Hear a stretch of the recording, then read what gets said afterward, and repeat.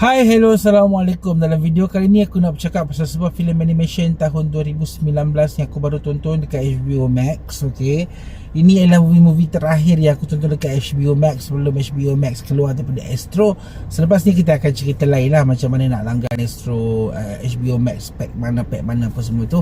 Hari ni aku nak bercakap pasal filem The Disappearance, bukan Disappearance pula, The Secret Life of Pets 2. Okay, aku tengok filem pertama. Okay, tengok dengan anak aku lah, sebab aku jarang tengok animation. So aku tengok, oi, not bad lah movie ni, layan. Ada things yang mecut juga, watak-watak yang sesuai dengan orang-orang dewasa, dan aku enjoy. So selepas tu aku proceed lah ke second movie, The Secret Life of Pets 2 tahun 2019 ni, dan aku a bit disappointed. Tapi sebelum kita bercakap lanjut lah pasal filem The Secret Life of Pets 2 ni, kita intro.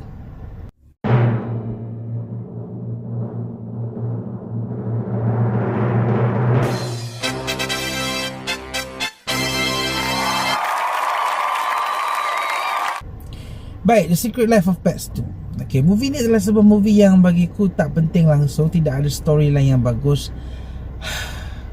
It's like watching movies yang dibuat untuk TV dengan lots of characters without story yang proper. Okay, benda yang sangat-sangat bermasalah dalam filem ni, filem ni jauh lebih teruk berbanding filem pertama. Filem pertama okay, dia ada lagi lah perjalanan secret life, walaupun taklah menggambarkan secret sangat kan. Bagi aku dia tak secret mana pun, kita tahu dah macam tu. Tapi okay lah, aku still okay dengan filem pertama. Tapi bila filem sequel ni, aku dah tunggu dah karakter-karakter yang menarik. Contohnya macam Bunny yang perangai macam entah apa-apa tu kan. Aku dah tunggu watak-watak menarik semua tu. Tapi bila filem ni akhirnya buat story, okay, ada story pasal harimau putih, kemudian story pasal anjing ni pergi ke kampung. The story split up. It's like watching two movies at one same time. So half of the characters dia pergi ke cerita yang kat kampung ni dengan watak anjing pemburu apa semua ni. Selebihnya berada di bandar, cerita pasal harimau putih yang diorang cuba lepaskan daripada Sarkas. Okay, baik, aku okay je lah, tak ada masalah. Tapi masalahnya bila hang pecahkan benda tu jadi dua, pasal apa? Sebab bagi aku, the whole characters dalam filem ni, diorang adalah friends, diorang adalah kawan. So bila diorang pecahkan ni, kalau benda tu bersebab ada dia punya benda yang impactful kepada storyline, aku accept. Tapi bila filem ni aku tunggu sampai habis, hanya 20 minit akhir tu je tiba-tiba watak daripada ni bergabung balik, kemudian selesaikan hal masalah harimau putih tu. Aku macam entahlah, macam story dia tak begitu bad storyline lah bagiku. Untuk sebuah filem di pawagam, bagiku movie memang sangat.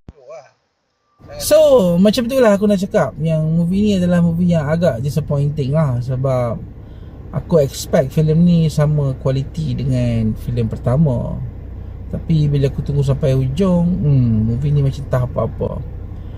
Dan sayang lah, diorang ada karakter yang bagus, karakter yang menarik, ada karakter yang memang sesuai dengan orang dewasa. Tapi bila filem ni nampak terlalu push daripada segi storyline, so macam menunjukkan yang filem ni hanya dibuat untuk cash grab je lah. Cash grab maksudnya diorang just nak pulun dapatkan duit sebab filem pertama sukses, tapi they don't have satu cerita yang betul-betul berkualiti. So diorang buat cash grab punya duit, punya movie lah. Dan ini adalah satu contoh lah kan. Dan aku rasa movie ni aku bagi rating 2 bintang. Aku harap sangat-sangat watak jahat yang owner kepada harimau putih tu akan jadi villain yang gah. Tapi bila filem ni terpecah kepada dua, dia jadi macam pelik sikit. So aku rasa itu sahajalah review ringkas aku berkenaan dengan filem The Disappearance pula, filem The Secret Life of pets. Mungkin aku harap filem disappear kot. So kita jumpa lagi di video yang akan datang. Terima kasih. Assalamualaikum.